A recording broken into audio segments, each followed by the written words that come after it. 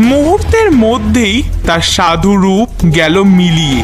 সামনে দাঁড়ালো ভয়ানক এক বিশাল আকৃতির লাল চোখ আলা রাক্ষস। বুড়ি রাক্ষসী তার জাদু ব্যবহার করলো। মুহূর্তে কনক চাপার শরীর ভয়ানক রাক্ষসীর রূপ ধারণ করলো। বহুকাল আগের কথা, এক রাজ্যে বাস করতেন রাজা হরিশ্চন্দ্র। তার ছিল অপার ঐশ্বর্য। রাজার মহল ছিল সোনায় ঘেরা, কিন্তু মনে শান্তি ছিল না, কারণ তার একমাত্র পুত্র রাজকুমার রাজদীপ ছিল সরল প্রকৃতির। আর এই সোনায় ঘেরা মহল রাজকুমার রাজদীপের একদম পছন্দ ছিল না। এই সোনার খাঁচার জীবন আমার আর ভালো লাগে না।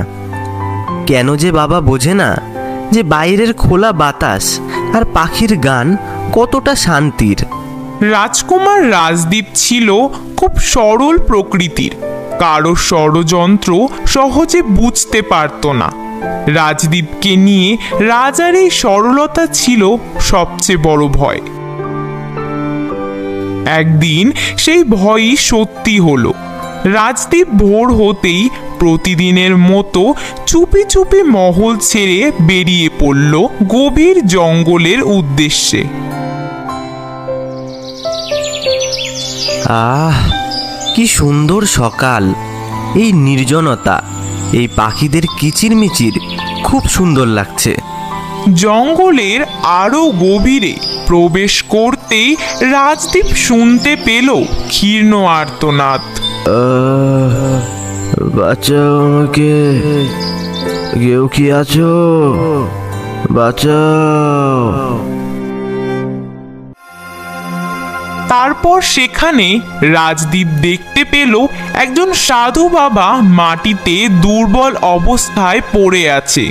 তার চেহারা ধুলোয় মলিন, দেখে মনে হচ্ছে কয়েকদিন ধরে তিনি কিছু খাননি। এ কি, আপনি কে সাধু বাবা? আপনার এমন অবস্থা কেন? আমি কি আপনাকে কোনোভাবে সাহায্য করতে পারি? বৎস, আমি এক দুর্বল সাধু।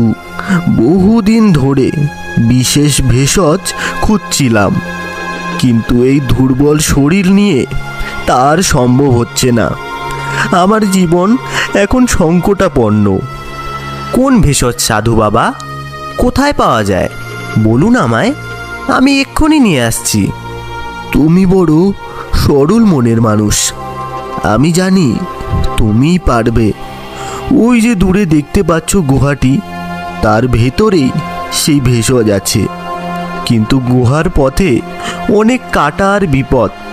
তুমি যদি একটু সাহায্য করো আমাকে, তাহলে আমি সুস্থ হতে পারবো। নিশ্চয়ই, এতে ভয়ের কি আছে? আপনি উঠুন, আমি আপনাকে ধরে নিয়ে যাচ্ছি। রাজদীপ অতি সরল মনে সমস্ত বিপদ অগ্রাহ্য করে সেই সাধুকে কষ্টে সৃষ্টে নিয়ে গেলেন গুহার দ্বারে। গুহার সামনে পৌঁছতেই সাধু বাবা এক ভয়ানক হাসি হাসলেন।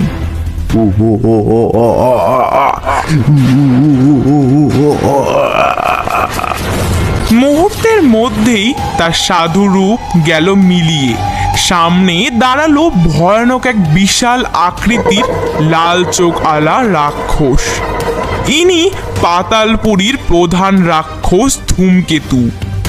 বোকা রাজকুমার, এত সহজে কেউ ফাঁদে পা দেয়? আমি কতদিন ধরে এই শিকারের অপেক্ষায় ছিলাম। হা হা হা হা, আজ আমার উদ্দেশ্য সফল হলো। কি আপনি সাধু বাবা নন? আমি ধূমকেতু, পাতালপুরীর রাজা। তোমার সরলতা আমাকে আকৃষ্ট করেছে বৎস। এখন তুমি আমার বন্দী। তোমার এই নিষ্পাপ মন আমার পাতালপুরীর সব রাক্ষসীদের জন্য পুতুল তৈরির কাজে আসবে। হা হা হা হা হা হা। ধূমকেতু তার জাদু বলে রাজদীপকে একটি খাঁচার মধ্যে বন্দি করে নিল এবং তাকে নিয়ে মুহূর্তে পাতালপুরীর দিকে উধাও হয়ে গেল। এদিকে রাজদীপ আর ফিরল না বলে রাজার অবস্থা প্রায় কাতর। তিনি চারিদিকে লোক পাঠালেন, কিন্তু রাজদীপের কোনো খোঁজ পেল না। রাজা তখন তার জ্যোতিষীকে ডেকে পাঠালেন। জ্যোতিষী, আমার রাজদীপ কোথায়? তুমি আমাকে বলো, আমার একমাত্র সন্তান কোথায় আছে? জ্যোতিষী অনেক গণনার পরে রাজাকে জানালেন যে রাজকুমার এখন পাতালপুরীর রাক্ষস ধূমকেতুর হাতে বন্দী। সেখানে একমাত্র কনকচাপা নামের এক সাধারণ মেয়ে তাকে উদ্ধার করতে পারবে, কারণ তার মধ্যেই রয়েছে এক অদম্য শক্তি যা ওই ধূমকেতু রাক্ষসকে পরাজিত করতে পারবে। কনকচাপা? সে কে? প্রহরী, প্রহরী, এই কনকচাপা মেয়েটিকে যে করেই হোক এই মহলে তোমাদেরকে নিয়ে আসতেই হবে। তাকে খুঁজে বের করো। অনেক খোঁজাখুঁজির পর অবশেষে রাজার সেনারা কনকচাপার সন্ধান পেল এবং জানতে পারল কনকচাপা তার বৃদ্ধ বাবার সঙ্গে একটি ছোট্ট কুটিরে বাস করে। তখনই রাজার সেনারা তাদের দুজনকে জোর করে বন্দি করে নিয়ে এলেন এই রাজসভায়।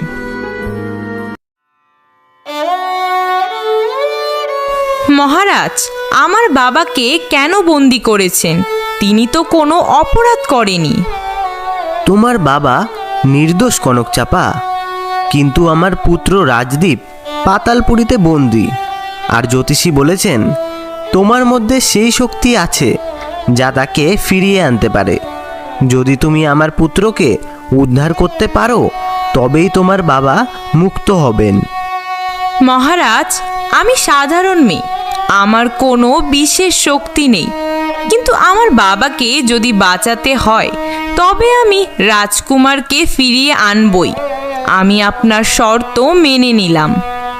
কিন্তু সাবধান কনকচাপা, ধূমকেতুর পাতালপুরী এক ভয়ঙ্কর স্থান। ব্যর্থ হলে তোমার বাবার জীবন যাবে। তোমার হাতে কিন্তু সময় খুব কম। বাবাকে মুক্ত করার প্রতিজ্ঞা নিয়ে কনকচাপা বেরিয়ে পড়ল পাতালপুরীর সন্ধানে।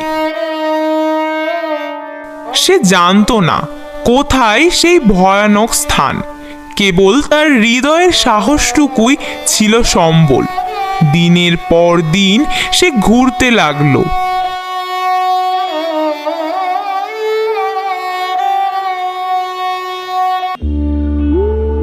অবশেষে এক গভীর জঙ্গলে সে প্রবেশ করলো। এ কেমন জঙ্গল? এখানে তো কোনো গাছের পাতা নেই। এ কি অদ্ভুত জায়গা! আসলেই জঙ্গলটি ছিল ভীষণ অদ্ভুত। সেখানকার প্রতিটি গাছে পাতা ছিল না, কিন্তু প্রতিটি গাছেই ঝুলছিল নানান রকমের ফল। আম, কাঁঠাল, কলা, জাম, আর সব ফলগুলো যেন এক গাছেই ধরে রয়েছে। তার থেকেও অদ্ভুত ব্যাপার, এই ফলগুলোর রং একদম আলাদা। বিশ্বাস হচ্ছে না, এক গাছে এত ফল! আরো খানিকটা এগিয়ে কনকচাপা দেখতে পেল একটি গুহা, যা তৈরি হয়েছে অদ্ভুত সব ফল দিয়ে। গুহার দেওয়াল তৈরি হয়েছে বড় বড় কাঁঠাল আর জাম দিয়ে। কে তুমি মেয়ে? তুমি তো মানুষ। এই জঙ্গলে তোমার কি কাজ? আর তুমি আমার ফলের গুহায় এসেছো কেন? আমাকে ক্ষমা করুন বুড়িমা, আমি কনকচাপা। আমি একটি বিশেষ কাজে পাতালপুরীর সন্ধান করছি। আমার বাবাকে বাঁচাতে হলে আমাকে রাজকুমার রাজদীপকে উদ্ধার করতে হবে, যিনি পাতালপুরীর রাক্ষস ধূমকেতুর হাতে বন্দী। ধূমকেতু? সে তো ভয়ানক রাক্ষস। তুমি একজন সাধারণ মেয়ে হয়ে পাতালপুরীতে প্রবেশ করতে পারবে না। পাতালপুরীতে শুধু রাক্ষসীরাই প্রবেশ করতে পারে। আর ধূমকেতু সম্প্রতি কিছু রাজকুমার ধরেছে পুতুল বানানোর জন্য। পাতালপুরীতে পুতুল বানানো হয় বুড়িমা? হ্যাঁ, সে ধরে অন্য রাজকুমারদের জাদুর মাধ্যমে পুতুলে পরিণত করে, আর সেই পুতুলগুলো অন্য রাক্ষসীদের কাছে বিক্রি করে। কি বলছো তুমি বুড়িমা? কি ভয়ানক ব্যাপার! বুড়িমা, তুমি কি আমাকে সাহায্য করবে? আমার বাবা রাজার হাতে বন্দি। আমি আর কোনো উপায় খুঁজে পাচ্ছি না। তুমি বড় সাহসী মেয়ে। তোমার সাহস দেখে আমি খুশি হয়েছি। আমি ধূমকেতুকে একদম সহ্য করতে পারি না। ঠিক আছে, আমি তোমাকে সাহায্য করব, কিন্তু একটি শর্ত। কি শর্ত তোমার বুড়িমা?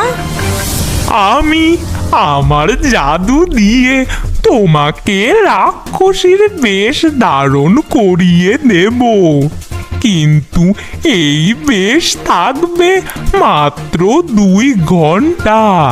এই সময়ের মধ্যে তোমাকে রাজকুমারকে খুঁজে বের করে নিয়ে যেতে হবে। যদি তুমি 2 ঘন্টার মধ্যে ফিরতে না পারো, তবে তুমি চিরকালের জন্য রাক্ষসীতে পরিণত হয়ে যাবে। মাত্র 2 ঘন্টা? আচ্ছা, আমি রাজি বুড়িমা। বুড়ি রাক্ষসী তার জাদু ব্যবহার করলো। মুহূর্তে কনকচাপার শরীর ভয়ানক রাক্ষসীর রূপ ধারণ করলো। তার চুল হলো লাল, চোখ জ্বলন্ত লাল, আর তার বেশ হলো সম্পূর্ণ রাক্ষসীর মতো। এখন তুমি যাও কনকচাপা, কিন্তু তোমার নাম কি বলবে পাতালপুরীতে গিয়ে? আমার নাম হ্যাঁ, আমি এখন ছলনাময়ী রাক্ষসী। সাবধানে দেখো ছলনাময়ী, সময় শুরু হলো। মনে রেখো, সময় মাত্র 2 ঘন্টা। রাক্ষসীর বেশে কনকচাপা দ্রুত পাতালপুরীর দিকে রওনা হলো। পাতালপুরী ছিল এক বিশাল ভয়ানক গুহা। তার মহলটি তৈরি হয়েছে পাথরের বিশাল বড় বড় খণ্ড দিয়ে, যা দেখতে অত্যন্ত ভয়ানক আকার ধারণ করেছে। মহলের প্রবেশ পথে বড় বড় লাল চোখ সর্বদা পাহারা দিচ্ছিল। কনকচাপা যখন পাতালপুরীর গুহার সামনে পৌঁছলো, সেই লাল চোখগুলো প্রথমে তাকে সন্দেহের চোখে দেখলো। কে তুমি? কোথা থেকে এসেছো রাক্ষসী? আমি ছলনাময়ী রাক্ষসী। তুমি আমায় চিনতে পারবে না। আমি দূর দেশের রাক্ষসী। ধূমকেতুর সাথে জরুরি কাজ আছে। কনকচাপার রাক্ষসী রূপ দেখে লাল চোখের ভুল ভাঙল। লাল চোখ ভাবল সে নিশ্চয়ই দূর দেশের কোনো গুরুত্বপূর্ণ রাক্ষসী। এরপর গুহা আপনা আপনি খুলে গেল। বড় বড় পাথরের তৈরি সেই ভয়ঙ্কর মহলে প্রবেশ করল কনকচাপা। মহলের ভেতরে ঢুকতেই কনকচাপা দেখতে পেল ধূমকেতু সেই মহলেই দাঁড়িয়ে আছে একটি ভয়ানক পুতুল নিয়ে। স্বাগত। তোমার নাম কি রাক্ষসী? তোমাকে তো আগেই পাতালপুরীতে দেখিনি। আমি ছলনাময়ী রাক্ষসী, বহু দূর থেকে এসেছি। তোমার নাম করা ব্যবসার কথা শুনে আমি কৌতূহলী হয়েছি। আমার ব্যবসার কথা? হ্যাঁ, আমি ধূমকেতু। বলো রাক্ষসী, তোমার কি চাই? কোন দেশের রাজকুমারের পুতুল তোমার পছন্দ? আমি আসলে সব থেকে সুন্দর সরল মনের রাজকুমারের পুতুল দেখতে চাই। আমি শুনেছি তুমি নাকি এক নতুন রাজকুমারকে ধরে এনেছো। তার পুতুলটি কিরকম হয়েছে? একদম ঠিক শুনেছ। সে ছিল অতি সরল বোকা রাজকুমার। রাজদীপ তার নাম। আমি তাকে পুতুলে পরিণত করেছি। তবে তুমি কি জানো, আমার এই পুতুলগুলো খুব দামি। দাম নিয়ে চিন্তা করো না, তুমি শুধু আমাকে দেখাও তোমার কাছে কত ধরনের পুতুল সংগ্রহ আছে। এসো আমার সঙ্গে। আমার পুতুল সংগ্রহশালা এই কক্ষের ভেতরে। তোমার পছন্দ না হওয়া পর্যন্ত আমি অপেক্ষা করব। ধূমকেতু কনকচাপাকে একটি বিশাল কক্ষে নিয়ে গেল। কক্ষটি ছিল সারি সারি কাচের আলমারিতে ভর্তি, আর তার ভেতরে রাখা ছিল শত শত ছোট্ট ছোট্ট পুতুল। রাজকুমার রাজদীপের পুতুলটি দেখতে ঠিক কেমন কনকচাপা তা জানতো না। সে তখন মনে মনে সময় হিসাব করতে শুরু করলো। হে সৃষ্টিকর্তা, আর মাত্র 5 মিনিট বাকি। এতগুলো পুতুলের মধ্যে রাজদীপকে কিভাবে খুঁজে পাবো? কি হলো ছলনাময়ী রাক্ষসী? বেছে নাও তোমার পছন্দের পুতুল। ধূমকেতু, তোমার সংগ্রহ সত্যি অসাধারণ। আমি সিদ্ধান্ত নিতে পারছি না। আজ থাক, আমি একটু সময় নিয়ে আমার অন্য রাক্ষসী বন্ধুদের সঙ্গে আলোচনা করে কাল আসব। তখন অবশ্যই একটা পুতুল বেছে নেব। আজ আমি চলি, বিদায়।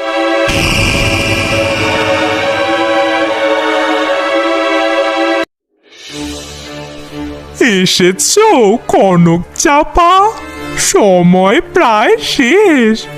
কিন্তু রাজকুমার কোথায়?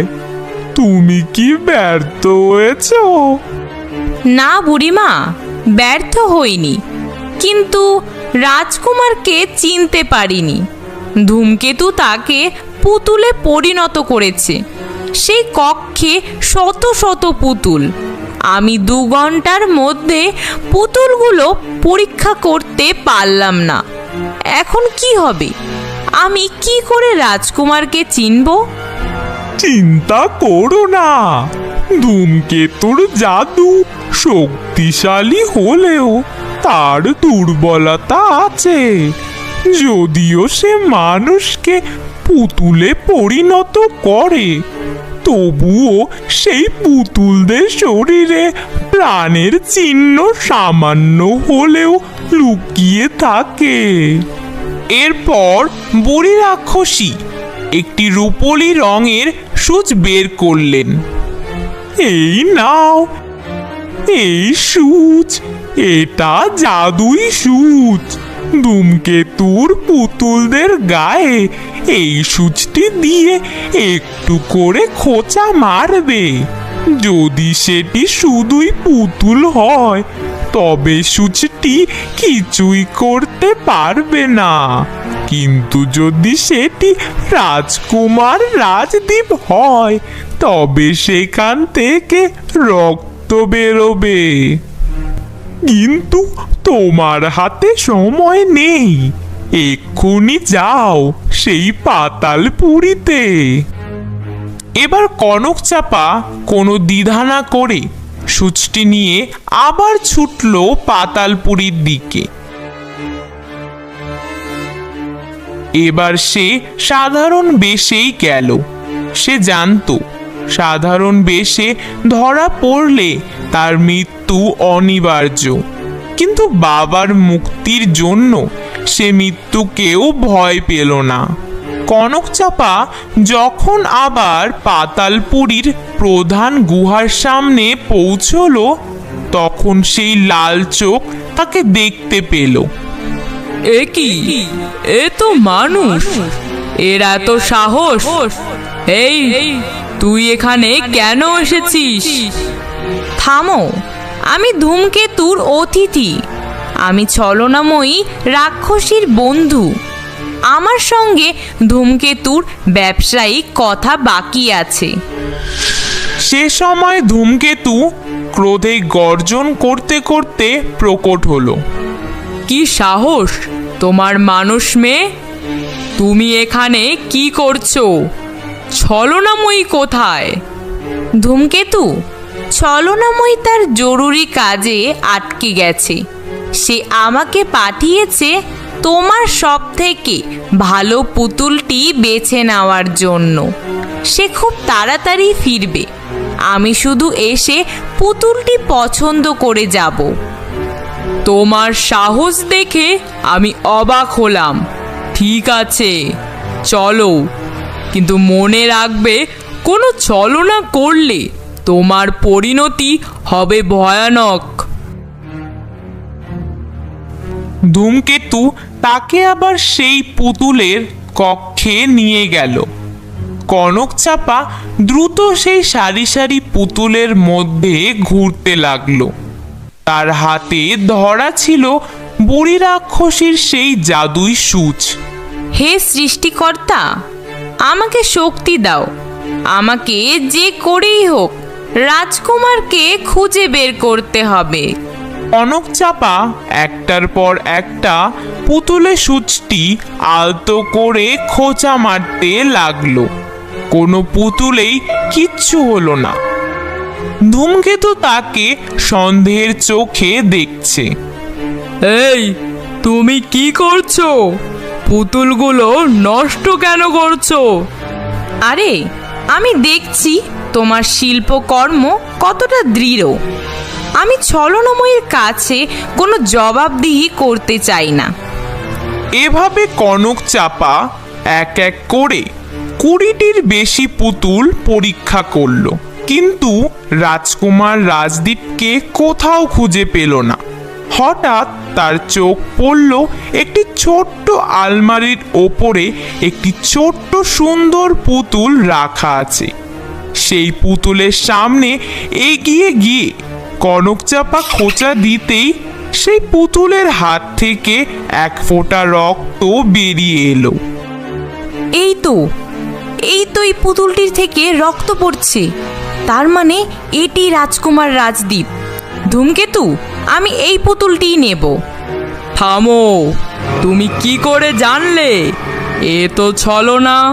তুমি মানুষ, তুমি নিশ্চয়ই কোনো মন্ত্র বলে আমার রহস্য ফাঁস করতে এসেছো।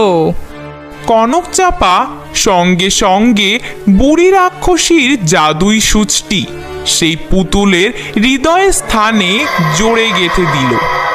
সঙ্গে সঙ্গে একটি উজ্জ্বল আলোয় কক্ষটি ভরে গেল। ওরে মেয়ে, তুই এটা কি করলি? আমার জাদু যে নষ্ট হয়ে গেল। মুহূর্তের মধ্যেই সেই পুতুল থেকে রাজকুমার রাজদীপ বেরিয়ে এলো। এরপর কনক চাপা তাড়াতাড়ি করে রাজকুমার রাজদীপকে নিয়ে পাতালপুরীর বাইরে বেরিয়ে এলো। সে সময় বুড়ি রাক্ষসী বাইরে থেকেই একটি মন্ত্র দিয়ে পাতালপুরীর দরজা সারা জীবনের জন্য বন্ধ করে দিল। যতক্ষণ ধূমকেতু বুঝতে না পারে যে তার দরজা বন্ধ, তোমরা ততক্ষণে পালাও কনক চাপা। এরপর কনক চাপা দ্রুত রাজকুমার রাজদীপকে নিয়ে সেই অভিশপ্ত পাতালপুরী থেকে বের করে আনলো। এরপর কিছুক্ষণের মধ্যেই তারা মহলে উপস্থিত হলো। রাজদীপ, তুমি ফিরে এসেছো? হ্যাঁ বাবা, আমি ফিরে এসেছি। কনক চাপার জন্যই আমি আজ বেঁচে গেলাম। আমি বুঝতে পেরেছি সরলতা ভালো, কিন্তু কৌতূহল এবং সরলতার সঙ্গে সাবধানতা মেশানো দরকার। আমি ধূমকেতুর সরলতার ফাঁদে পা দিয়েছিলাম, তাই হয়তো আমার এমন দুর্দশা হয়েছিল। কনক চাপা, তুমি আমার ছেলের জীবন বাঁচিয়েছো। তুমি প্রমাণ করেছো প্রকৃত শক্তি সাহস আর বুদ্ধিতে থাকে, বংশ বা ঐশ্বর্যে নয়। তোমার বাবা মুক্ত, তিনি আজীবন রাজকীয় সম্মান নিয়ে বাঁচবেন। সেই দিন থেকে কনক চাপা শুধু একজন সাধারণ মেয়ে রইল না, তার সাহস আর বুদ্ধির কথা দেশের প্রতিটি কোণায় ছড়িয়ে পড়ল। রাজকুমার রাজদীপও তার আগের সরলতা ত্যাগ করে বুদ্ধি আর বিবেচনার সঙ্গে জীবনযাপন করতে শিখল। এরপর থেকে কনক চাপার আর দুঃখ রইল না। রাজা তাকে এত স্বর্ণমুদ্রা দিয়েছে যে কনক চাপা ও তার বাবার আজীবন কেটে যাবে।